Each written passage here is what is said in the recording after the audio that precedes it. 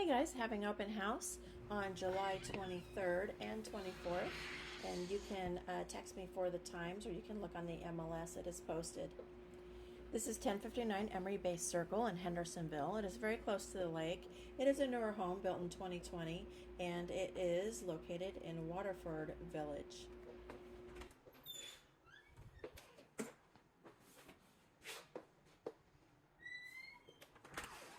The kitchen has shaker-style cabinetry, quartz countertops, and stainless steel appliances. The master bedroom, which we're going to be looking at in a second here, has the ensuite bathroom and a large walk-in closet. What's great is you don't have nasty carpet on the stairs.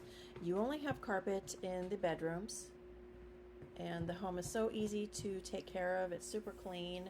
It is basically like a new home.